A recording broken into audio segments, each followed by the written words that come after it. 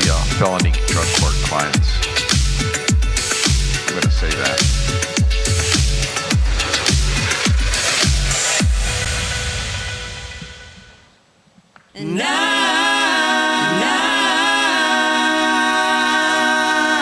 Recovery doesn't start tomorrow. Calling all angels.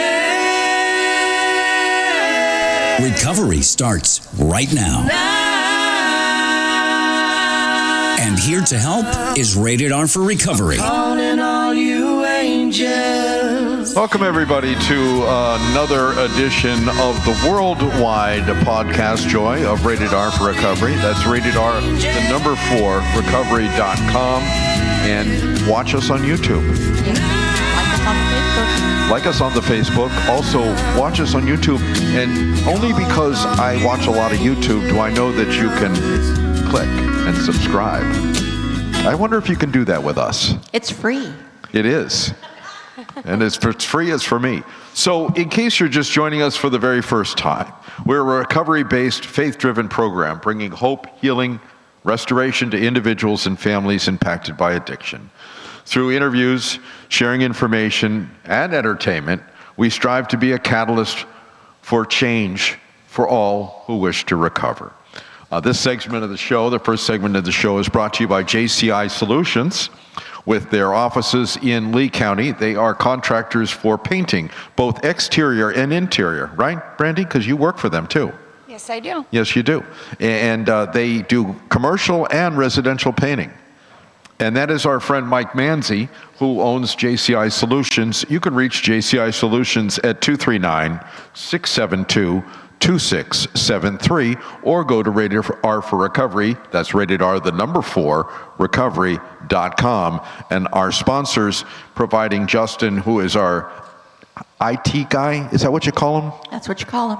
Yeah, he's our IT guy.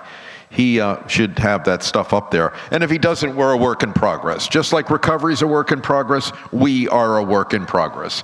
Our guest today is a friend of mine who has, a friend of ours. I shouldn't say that, yes. And we have a mascot with us today. This is my assistant. He is, and he's just very short. He's actually 33 years old. His name is A. We'll call him A.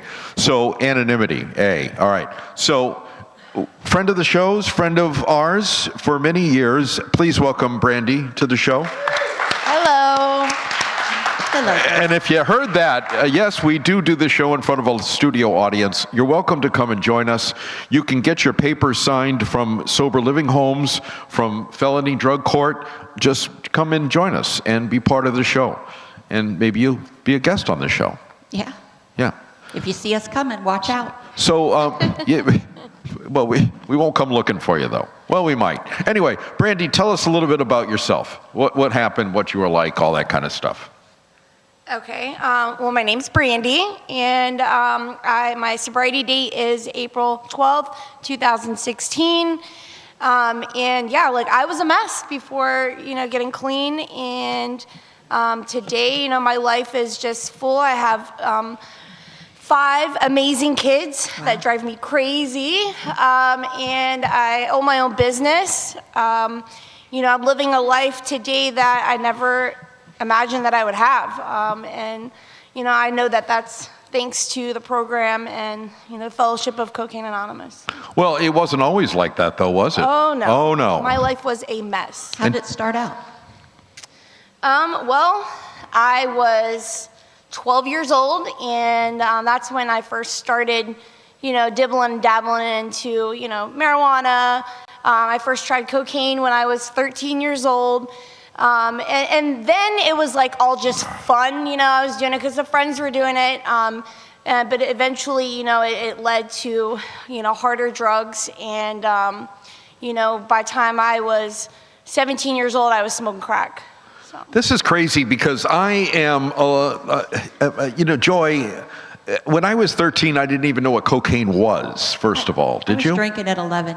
You were drinking at 11. Okay, well, we were drinking in the neighborhood and stuff like that. But Brandy, so by the time you were 17, you're smoking crack? Yes. Very good. All right, well, not very good, but tell us a little bit of where that brought you. Well, I was going to go into the Marines, and I failed my drug test for cocaine, so I thought the next best thing would just become a drug dealer.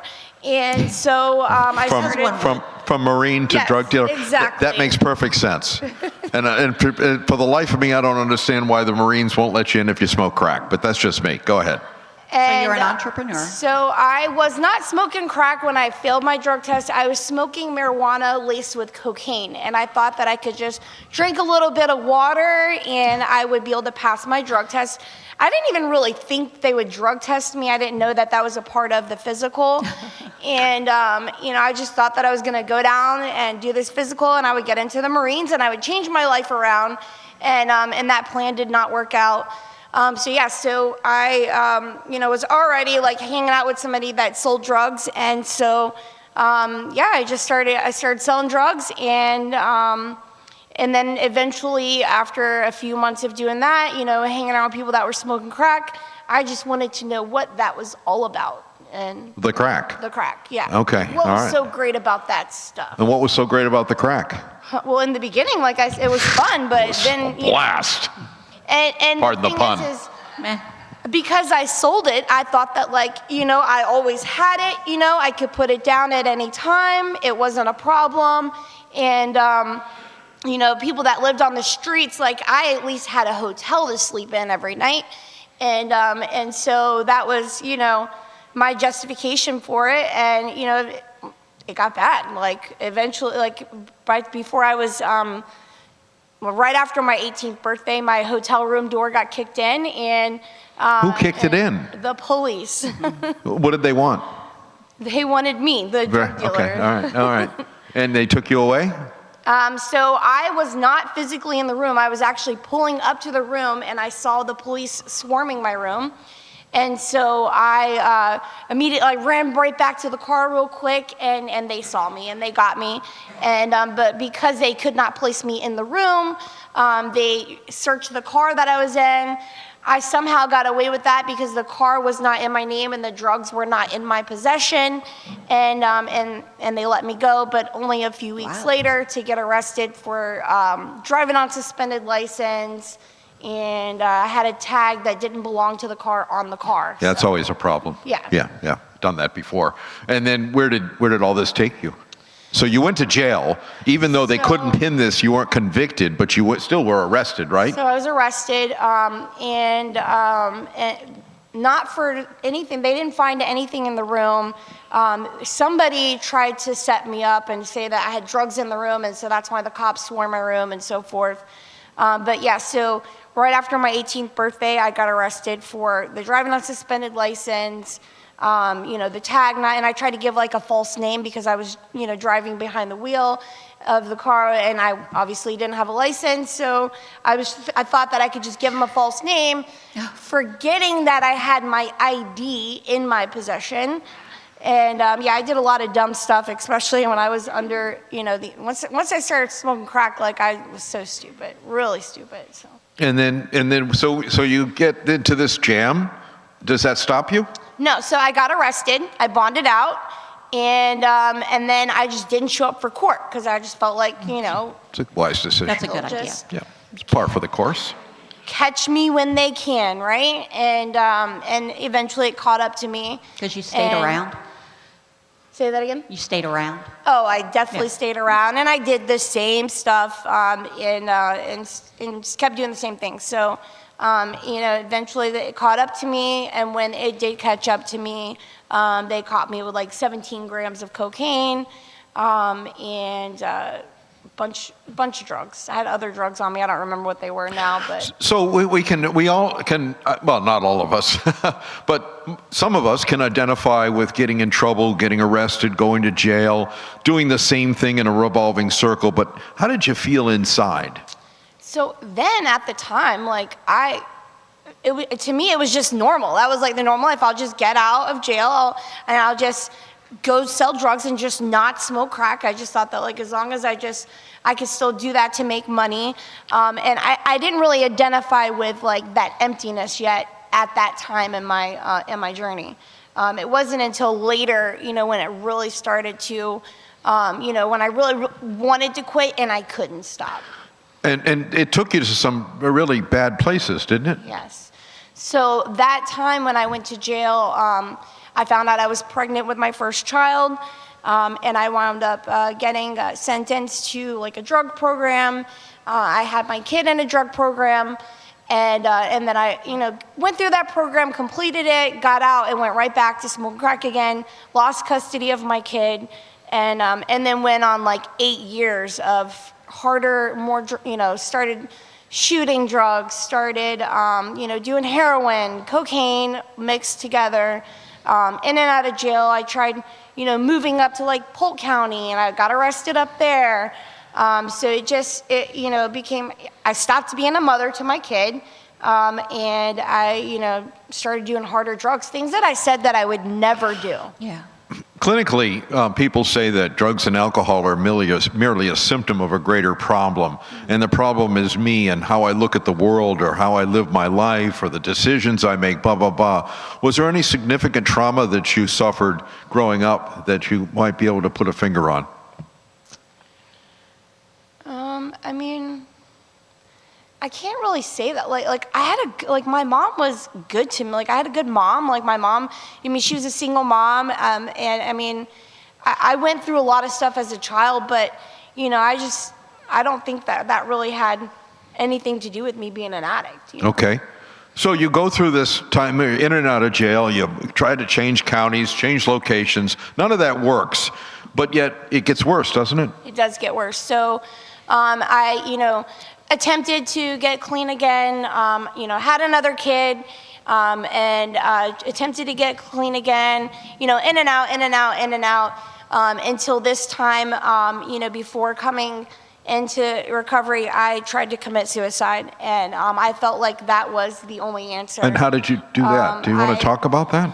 Yeah, so I was in a hotel room, and I went into the bathroom, and I took a belt, and I tied it up, and I hung myself, and I was blue in the face, and my boyfriend at the time, he kicked in the bathroom door, and he kicked it in at the right time, because had he not, I would probably be dead today. Wow.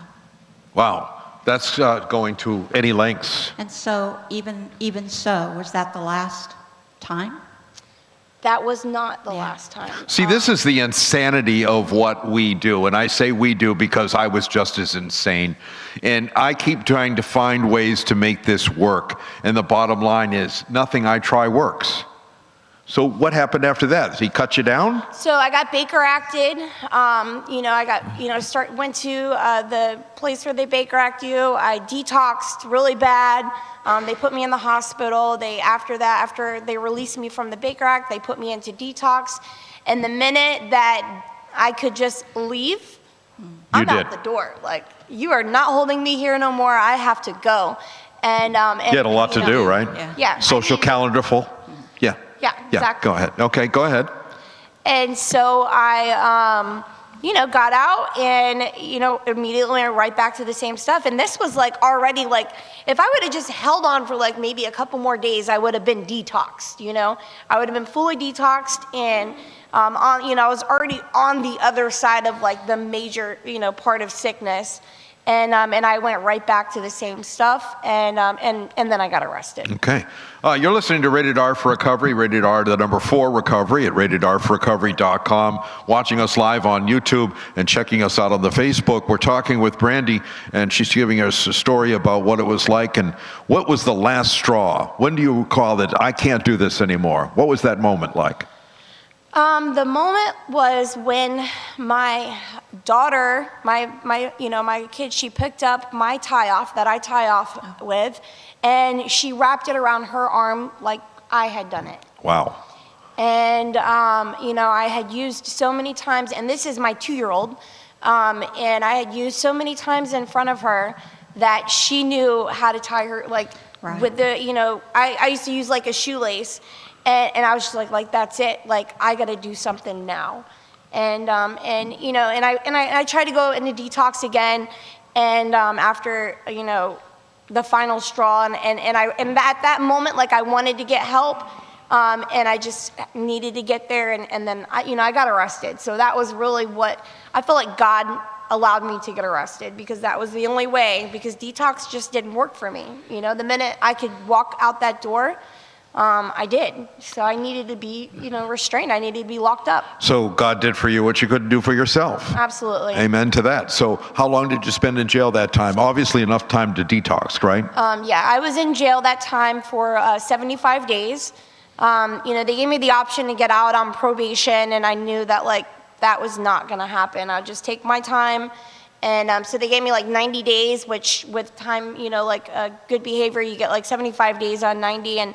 And so I took the time, and I sat for 75 days, and I, did something that I'd never done before when I was in jail. I went into a drug program dorm in there, and, they brought meetings in there, and I started to get the help that, that I knew all these things. I heard them before, but this time it was different.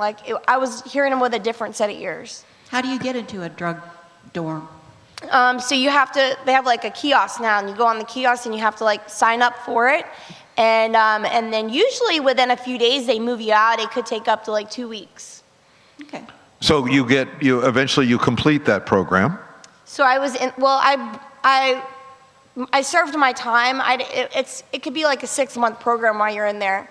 But I went in there, and, for the first 2 weeks, every day, I wanted to leave, but I had a bunkie that was just give it 2 weeks. When I'm in jail, I want to sleep my time away, and that's something you can't do when you're in the drug program dorm. And so I had to be up right after. You don't go back to bed after breakfast, and you're up, you make your bed, and you're up for the day. And then they start the programs, they start the classes, they come in, and that was stuff that I did. Okay, so you get released. What do you do when you get out? So now you've got this some sort of foundation for yourself. You're clean and sober because you've detoxed. You got some familiarity with recovery. What was your path like when you left the incarceration? Me and my mom's relationship wasn't very well, but she did have my daughter, Mariah, and so I, was staying in touch with her, and I said to her that I needed her to pick me up, because I knew that the only options I had was people that were getting high or drug dealers or whatever. And I had a halfway house lined up, and it was somebody, they actually held a bed for me for 2 weeks. Very nice. And that was next step. And so they held the bed for me. The guy that runs it, he was my counselor at the methadone clinic years prior to that. So as soon as he heard that it was me, he was gonna hold the bed for me, and I got out, and it was there, and I went straight to the halfway house. And I knew that was something that I had to do. There's no I couldn't make any detours. I can't go back over here to the hotel and try to get my stuff, or to old friends' houses and collect my items, because I just knew myself. It's just give all that stuff up and just start fresh. And that's what I did. Okay, and so you get sober, and I know that you started going to meetings, and you got involved, and you started hanging out with women, and you had some sobriety, and then something happened to you. Do you know what I'm talking about? The God thing that happened when you got called up and they thought that you had been using. Can you tell that story, just in a general way? And you had to go to court. Brandy had some sober time, and for whatever reason, she got called to court. So, so I had to take, I wound up submitting to a hair follicle drug test, because a drug test that I had taken tested positive for amphetamines. And I was like, there is no way, this is not happening. So I will submit to a hair follicle drug test, whatever I have to do, to basically clear my name, because my kids were involved in this situation. And how much sobriety did you have at the time? 7 years. And how many people showed up to support you at court? A lot of people. Yeah, a lot of. That's one thing that I can say is everybody in the program, is my family. They showed up for me. They had my back. And whether it was true or whether it was not true, they were there for me. And that was huge. That's awesome. That's the family we developed. That's the unity we developed. That's the closeness we developed to encourage one another when at different points of our sobriety. And so tell us, because we are a bit out of time, tell us a little bit about what life's like now. You started off that way, but you went through the sober living house, you moved out. You have your children? I have my children. I have my own business.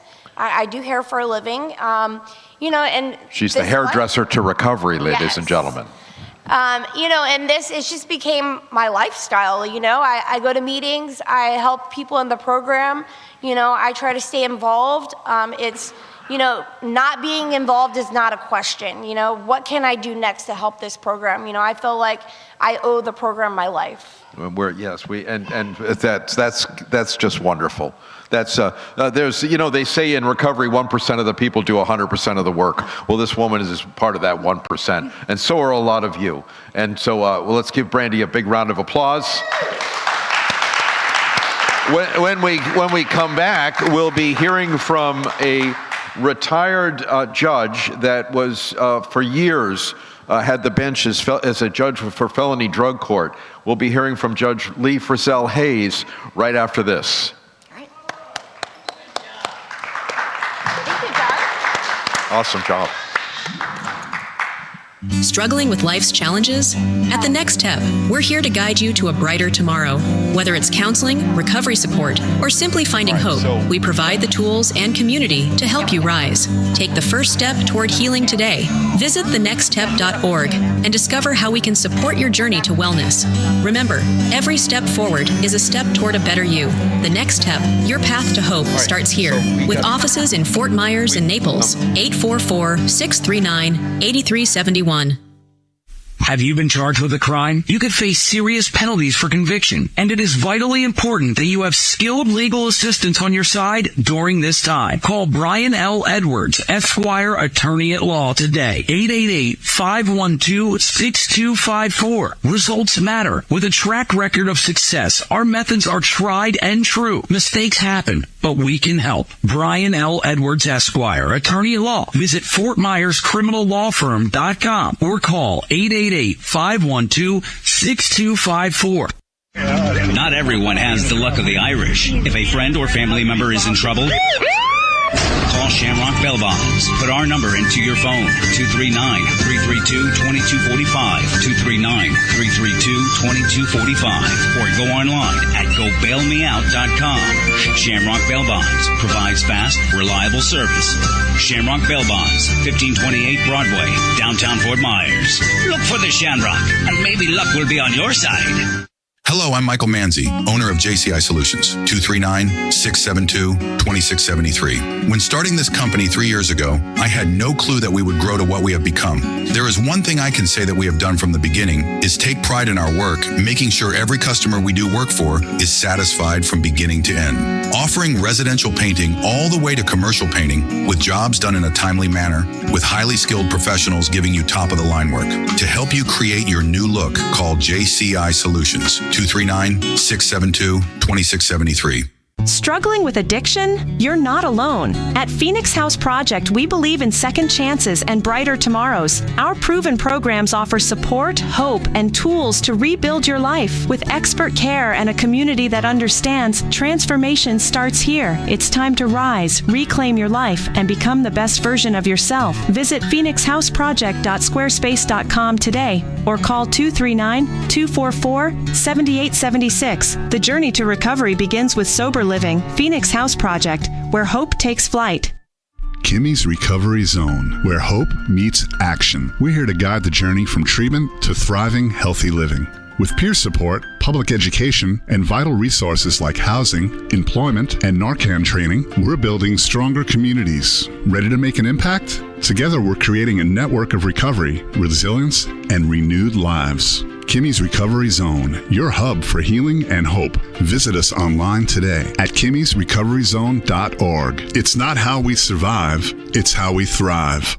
Join us for connection, encouragement, and real transformation. At Celebrate Recovery at Grace Church, we celebrate God's healing power through the 12 steps of recovery and the life-changing principles found in the Beatitudes. Whether you're overcoming a hurt, habit, or hang-up, Celebrate Recovery offers a safe and supportive community where you can grow, heal, and thrive. Add Add to your recovery because you're not alone and healing is possible. Monday, Wednesday, Friday at one of the 3 Grace Church locations. Learn more at egracechurch.com/recovery. When children have to play inside so they don't disappear. Welcome back to Rated R for Recovery. Calling all angels. That's right, everybody. Welcome back to Rated R for Recovery. That's Rated R, the number 4, recovery.com. This portion of the show brought to you by Shamrock Bail Bonds in downtown Fort Myers. If you get jammed up, as they say, and you need to get out quickly, call Shamrock Bail Bonds at 239-332-2245. That's 239-332-2245. It is our pleasure, Joy, to have I forget what year it was, 2008, 2009, somewhere around there. I was in a program called Felony Drug Court, which was my first higher power, the Lee County Sheriff's System. Thank you very much. And I had a counselor. His name was David. And then in phase 4 of this program, this young lady over here was my clinician. Is that what you called yourself then back then? All right, so let's welcome Ann Dickout to the show. And part of that drug court team involved going to court on every week for a while, and then every other week, and then once a month, something like that, as you go through the thing. And this young lady to my right, your left, if you're watching at home, is the Honorable Judge Lee Frizzell Hayes. So, ladies, thank you for coming to the show. You're welcome. Ann, let's start with you. What was the biggest hurdle dealing with people like me in felony drug court as a clinician? Well, it's a challenge. Hello? The challenge was to be able to get you to buy in to what I was telling you. The buy-in needed to be 100% in order to have any kind of level of recovery. And you didn't think that I had enough gray matter to impart anything to you. Well, sorry about that. Like many other addicts, the minute we start thinking again for ourselves, no one else knows anything. Yeah, I had no recovery under my belt then. I didn't know which way is up. Not I'm making excuses, but I was probably arrogant, judgmental, selfish, self-centered, controlling, and had a bit of anger. So that would probably be and a bit insane. And that too. So how did we overcome that? I was able to be transparent on some level with you, and you began to see that I really did care about you. You actually remember this? Oh, yes. This is a long time ago. Yes, it is a few years. All right. I've been in this kind of thing for a long time, so it works well with everything. So what? Okay, so we got along better then after a while? Yes, because you saw that I was not putting on, I was genuine. I really did want to equip you with tools that would be usable, that would be able to take you from level 1 to maybe level 2. And as you bought into that, I was able to give you more, and the more that you accepted, the farther you went. And look at you today. Well, look at me. All right. Now, Your Honor, hopefully an easy question. Hey, John, I want to tell you, I remember you back then too. Well, and so do I. And you argued that you didn't need to be there, that you had done all the recovery you needed to do, and that I should just let you graduate early. Sounds like me. Yeah. And I disagreed. Well, yeah, it's a good thing you did too, because I wouldn't be part. You know, the journeys are different. The solution's the same. If you're in subscribe to what Joy and I subscribe to, which is 12-step recovery. But what are the key factors for a drug court participant to succeed? Either of you.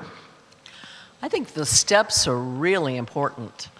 And I would not let somebody move up to phase 3 until they had at least done the 4th step. And how did you monitor that, though? Well, I talked to them, and if they really couldn't tell me a whole lot, then I knew they really hadn't done them. Yeah. But but it's hard to do that too. I just say we're not quite ready. Very good, very good. Anne, now as far as you're concerned, you're taking a clinical approach to this as opposed to a 12-step approach, correct? Correct. What is the difference? Well, really, they're really amalgamate together. There's really not a difference because, truthfully, the 12 steps are a pathway to just normalcy, a pathway to balance, a pathway to acknowledging that you have some insanity that you're living in and that you can't help yourself. And so there's lots of people that are not in recovery as such that need that pathway just to get out of whatever mess they're in. Sure. In fact, the Big Book of Alcoholics Anonymous, right at the beginning of the book, and it's called a foreword to first edition, in the first paragraph, the last sentence says, besides, we think our way of living has its advantages for all. And then There's an A for almost every. there is, isn't habit there? There's an out A. there. You can look it There's up. an A for everything, ladies and gentlemen. Gambling, shopping, sex, you name it. It's You- out there. Absolutely, absolutely. Joy? That's it. Okay. Okay, so what are some of the dumbest excuses you've heard? This is probably the funniest part of what we're going to talk about, because I've been in your courtroom when I hear people give excuses of why they can't do X, Y, Z, why I can't go to a meeting. What step am I on? And if they say I'm on step 3 and you say, what's step 3? And they can't tell you what step 3 is, then they're not on step 3. So, but what are some of the most outlandish things that you've heard, in both of you, in your history?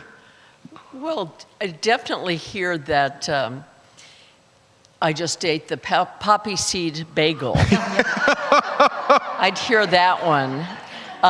One of the things, when I went back to drug court the last 4 or 5 years when I was there, we now have sweat patches. So What are they? they could be placed on your arm, and they stay there for 2 weeks, and then they're taken off by the clinician and sent off to the lab so they can tell what you've ingested other than alcohol. So that's really helpful, so you can tell whether what they're telling you is true. Very good. And Those what's would some be of the... good for treatment centers. Well, Ann, what are some of the craziest things you've heard? Well, some of the things I found was that most addicts are so highly intelligent, but they would use their intelligence to connive, to lie, to undermine, to manipulate, to try to convince you, look straight in your face and say, I didn't use. And you would look at a drug screen and it would say, they use, and they would say, I didn't use. There's got to be something wrong with the drug screen. And I would say, I'm sorry, but well, we can send it away to the lab, but in 5 days you're going to go to jail if it's, if it's positive. And Oh, you're I going to didn't pay for the use. lab, too. Which is exactly why when Brandy spoke before, that she had 2 positive drug screens and she swore that she hadn't used, and they allowed her to do a hair follicle test after that because she had a lot of support, and I think it was a God thing. And the judge allowed another test, to show that it was negative. That's very interesting. So there are instances where somebody is telling the truth, but there's no way of telling who's telling the truth, because as an addict, that I am a master manipulator. That's my survival skill. I've had to get what I want when I wanted at any time I wanted it. So I had to lie, cheat, steal, manipulate, and all those things to get what I wanted. So why should that change just because I'm in felony drug court? We lie to ourselves most of all, and the part about manipulation is the people who slip and slide and get away with it become more entitled, and they think they should always get away with it. That's another thing. And when you continue to be lenient with people who really shouldn't have any more leniency, you're only hurting them. You're hurting them badly. I remember one of the dumbest things I ever heard was I had a patient who decided he wanted to be among the 200 Club. I didn't know what the 200 Club meant, okay? So I said, so what's the 200 Club? He says that you go on your motorcycle down I-75, and when your speedometer reaches 200, you take a picture of it, and you are in the 200 Club. I said, you gotta be kidding me. Okay, well, it wasn't 2 weeks later, he made the 200 Club. The problem was he tried to change lanes after curfew, mind you, and he was on probation. He tried to change lanes, and the tail end of the trailer in front of him that didn't realize he was coming so fast, he clipped. And he flipped. It's a wonder the guy lived. He lived. He lived. He lived.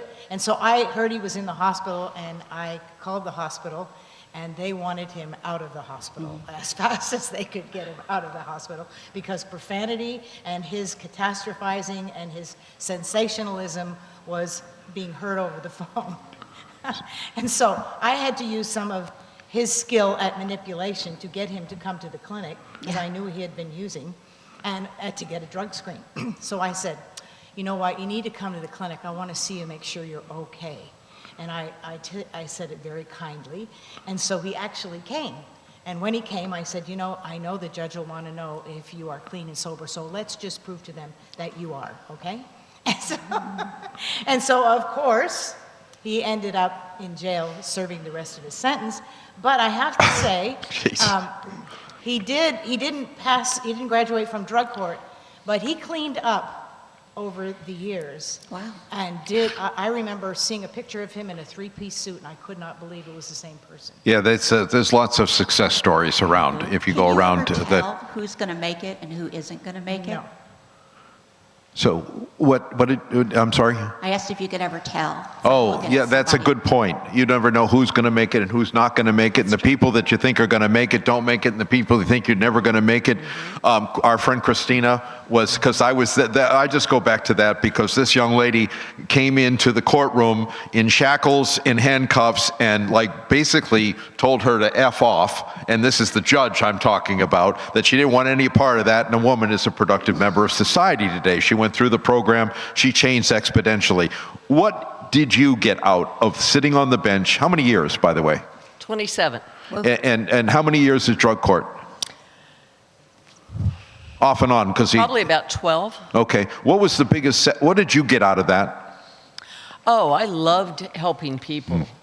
That was the gratitude I got. It was amazing to watch people change their lives.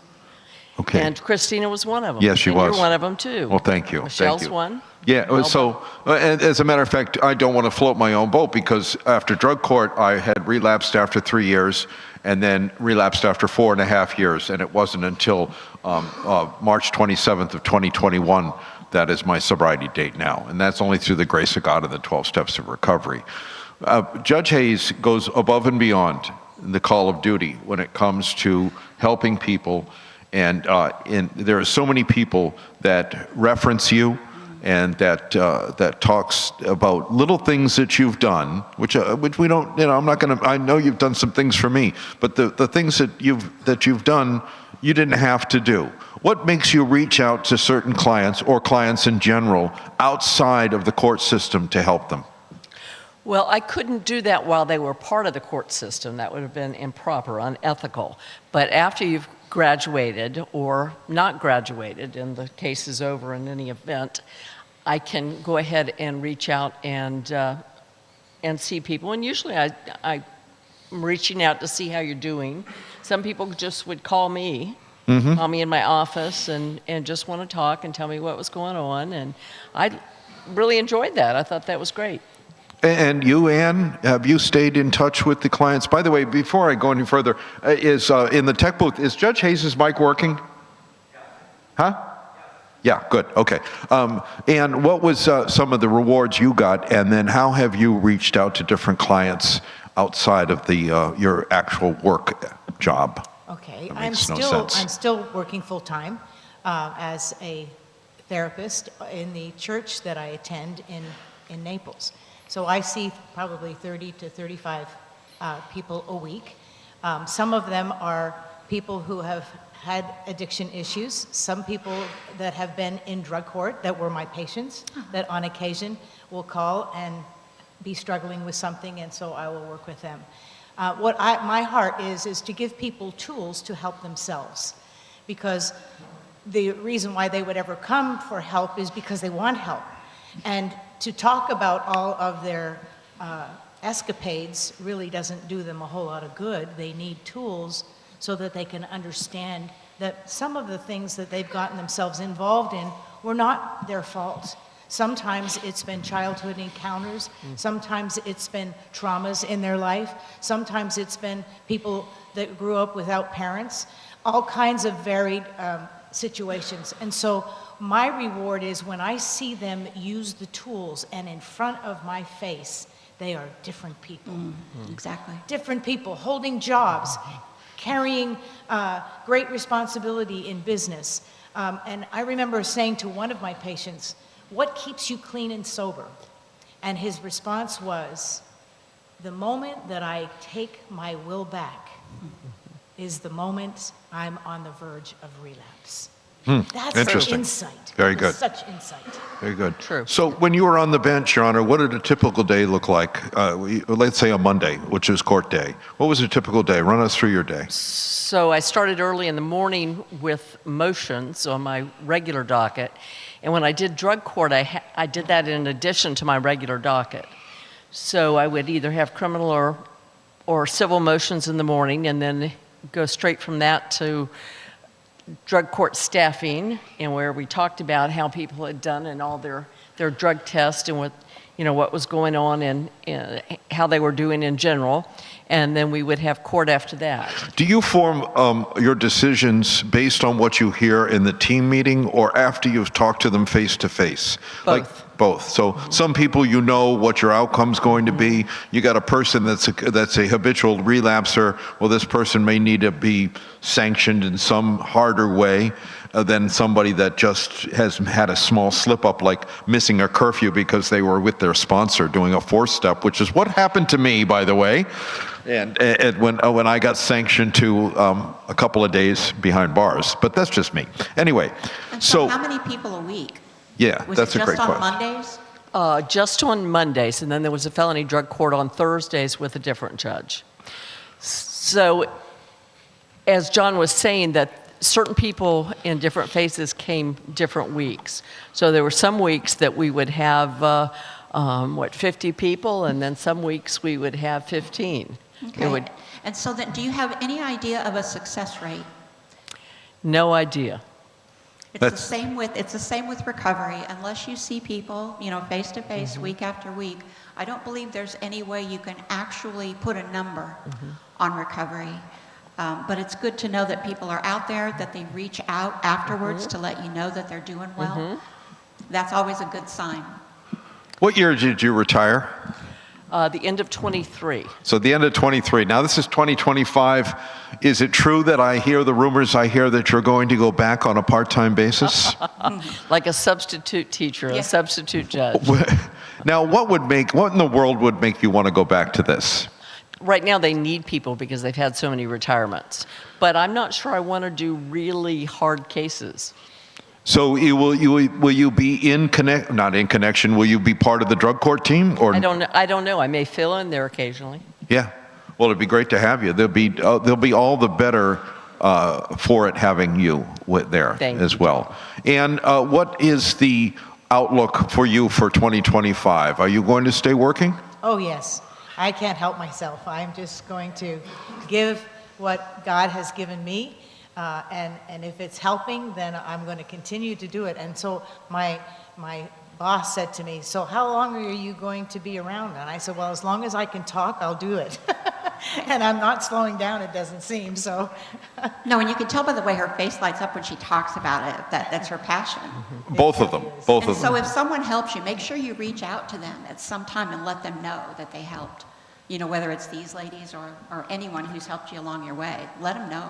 So if you're sitting at home watching this on the YouTube, whether you'll be in Australia or Paris or in Indonesia, you can watch us all around the world, and there's help wherever you are. See, a lot of people just think that it's hopeless, that they're just stuck in this one thing. But if you want to change, there's people that will be able to help you. But I have to make the first call. I have to make the first call and say, "Will you please help me?" And then you'll be surprised how many people will reach out to you. When do you go back? I don't know yet. Very good. All right. So anyway, so does Joy, do you have any more questions for the ladies? Oh, by the way, Ann, I must admit, every time I see Ann, your hair is perfect. You know that, don't you? Her hair is just never out of place. Werewolves of London. It's Her hair was perfect. you look marvelous. I You have do. to tell you, I cut my own hair. I haven't been to a hairdresser in over 30 years, I'm sure. So. Look, very good. All right. So anyway, ladies and gentlemen, Joy, you have anything else? I think that's it. I think I said what I wanted to say. All right then. Ladies, thank you so much. We'll have you back again. Let's have a nice round of applause for Judge Hayes and Dick Out. Thank you so much. Once again, this portion of the show brought to you by Shamrock Bail Bonds. You or somebody you know gets jammed up, you can call Shamrock Bail Bonds and get out. Don't have to be Irish either. No, you don't have to be Irish. We'll be back in just a minute with a hip-hop Struggling icon. with life's challenges? At the Next Step, we're here to guide you to a brighter tomorrow. Whether it's counseling, recovery support, or simply finding hope, we provide the tools and community to help you rise. Take the first step toward healing today. Visit thenextstep.org and discover how we can support your journey to wellness. Remember, every step forward is a step toward a better you. The Next Step, your path to hope, starts here. With offices in Fort Myers and Naples, 844-639-8371.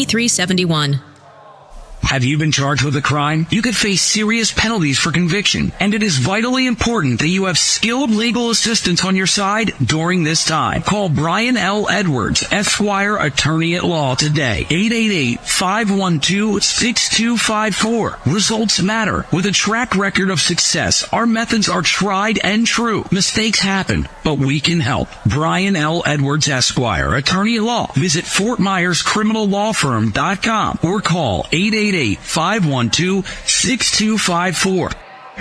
Not everyone has the luck of the Irish. If a friend or family member is in trouble, call Shamrock Bail Bonds. Put our number into your phone, 239-332-2245, 239-332-2245, or go online at gobailmeout.com. Shamrock Bail Bonds provides fast, reliable service. Shamrock Bail Bonds, 1528 Broadway, downtown Fort Myers. Look for the Shamrock, and maybe luck will be on your side. Hello, I'm Michael Manzi, owner of JCI Solutions, 239-672-2673. When starting this company 3 years ago, I had no clue that we would grow to what we have become. There is one thing I can say that we have done from the beginning is take pride in our work, making sure every customer we do work for is satisfied from beginning to end. Offering residential painting all the way to commercial painting with jobs done in a timely manner, with highly skilled professionals giving you top-of-the-line work. To help you create your new look, call JCI Solutions, 239-672-2673. Struggling with addiction? You're not alone. At Phoenix House Project, we believe in second chances and brighter tomorrows. Our proven programs offer support, hope, and tools to rebuild your life. With expert care and a community that understands, transformation starts here. It's time to rise, reclaim your life, and become the best version of yourself. Visit phoenixhouseproject.squarespace.com today or call 239-244-7876. The journey to recovery begins with sober living. Phoenix House Project, where hope takes flight. Kimmy's Recovery Zone, where hope meets action. We're here to guide the journey from treatment to thriving, healthy living. With peer support, public education, and vital resources like housing, employment, and Narcan training, we're building stronger communities. Ready to make an impact? Together, we're creating a network of recovery, resilience, and renewed lives. Kimmy's Recovery Zone, your hub for healing and hope. Visit us online today at kimmysrecoveryzone.org. It's not how we survive, it's how we thrive.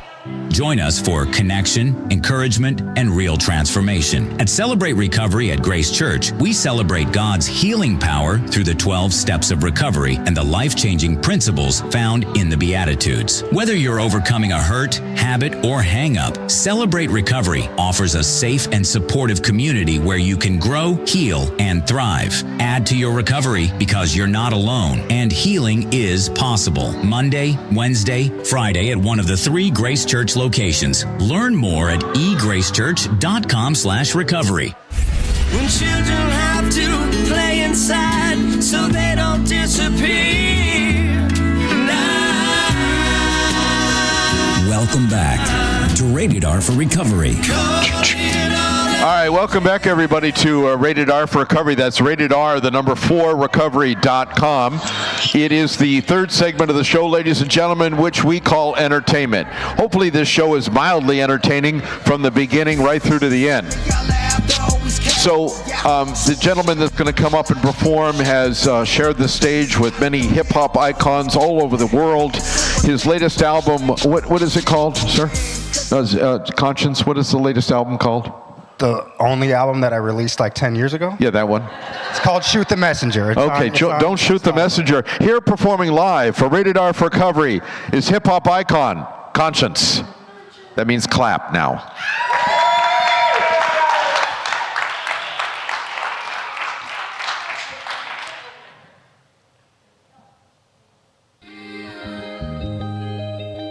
This song's called Every Shadow of Doubt. Come on, beat maker, the hit maker, the hit maker, the hit maker, the hit maker. Man, I know that some of y'all out there always count me out. So I'm shining on my light on every shadow of doubt. And God, I know you're out there always giving a hand. So I thank you for the strength to always stick the plan. Cause I know that y'all are out there always count me out. So I'm shining on my light on every shadow of doubt. And God, I know you're out there always giving a hand. So I thank you for the strength, I gotta stick the plan. Look over the sky, gotta thank God. With a tear in my eye, say it loud, cause this that life I prayed about. Then I look to my feet and think to myself, please don't fail me now, cause I still got so much work to do. If you got a dream, gotta ask self, what's a word to you, what's a word to me? Actually, it's more than a life, got a family to feed, so don't fuck with my currency. Currently tapped in the flow, assuring me I'm passing gold monopoly. I'm stacking dough, one life to live, gotta live it right. If you're looking for the light, I'll be glad to show. Cause I know the darkness, seen the heartless, sold me been dearly departed, I feed the starving. Cause I was once that hungry one, no this ain't no one and done. See me in action, feel the passion, do what it does to the love of love. Cause straight up, man, I shouldn't even be here today. Like, statistically speaking, I should be dead or in jail, but God had different plans for me. So now I do too. Let's get it. Some of y'all out there always count me out. So I'm shining on my light in every shadow of doubt. And God, I know you're out there always giving a hand. So I thank you for the strength to always stick the plan. Cause I know that y'all are out there always count me out. So I'm shining on my light in every shadow of doubt. And God, I know you're out there always giving a hand. So I thank you for the strength, I gotta stick the plan. Fuck the odds, that 1% my destiny. Never let the struggle get the best of you, because the best of me came from my hardest times. Let go, let God, when I see him blessing me, my heart will shine. And that's like that, God's the way. Everything I need I find inside the day. God eyes to see and it stays that way as long as I find the time to pray. So I stay prayed up and I meditate on what it takes to stay in the way up. And with them destiny with some opportunities that'll feel like a layup. One shot, two shot, I take each one like it's my last. Life's a game but it won't last. Play a ride and it goes fast. Try to savor every moment as I watch my babies growing. Just reminding me what's done is done and life is never slowing. And I know it, so I'm doing my best not to blow it. So I gotta give it all I got a lot of living left to do. Been putting in this work and God's been blessing me. I hope y'all feel them blessings too. So I'm shining on my light in every shadow of doubt. And God, I know you're out there always giving a hand. So I thank you for the strength to always stick the plan. Cause I know that y'all are out there always count me out. So I'm shining on my light in every shadow of doubt. And God, I know you're out there always giving a hand. So I thank you for the strength, I gotta stick the plan. Thank you. I got one more coming up. So where can people find your music? Spotify, Apple Music, YouTube. And how do they look you up? Conscience, spelled a horrible way, Konshintz. That is a very difficult way. So anyway, so we're going to go, and would you be kind enough to do one more? I could do that. All right. Here's Conscience. Next song's again. called Pressure. It's about how the hardest times in our life can sometimes shape us the most.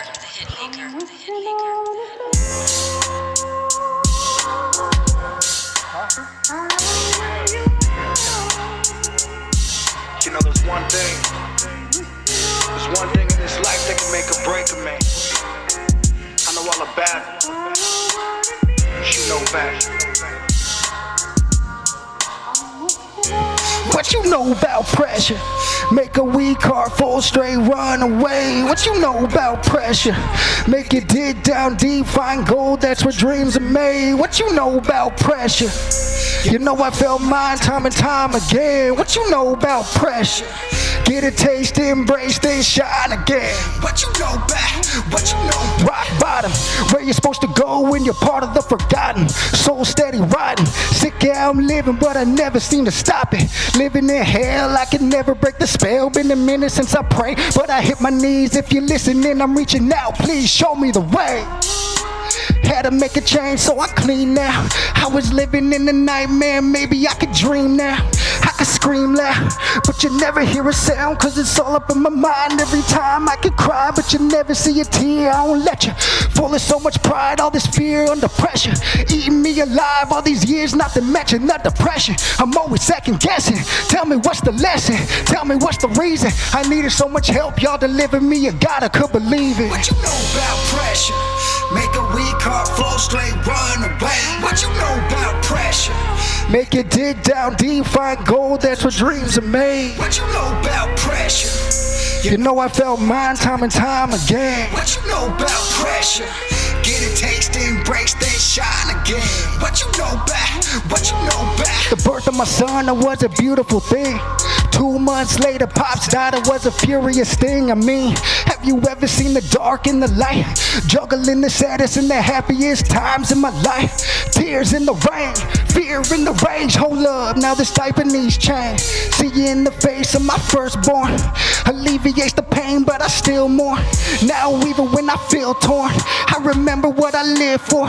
So I get up, get out and get something like my father did before me. Carrying his legacy, continuing his story, and it's carved in my heart. Thinking everything was just falling apart. Looking back, now I see everything just fell into place. Chasing heaven is a hell of a race. God give, God take away. About pressure. God give, God take away. God give, God take away. What you know about pressure?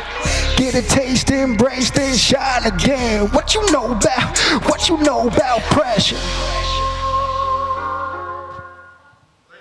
Thank you. Thank you. Ladies and gentlemen, hip-hop icon, Conscience, ladies and gentlemen.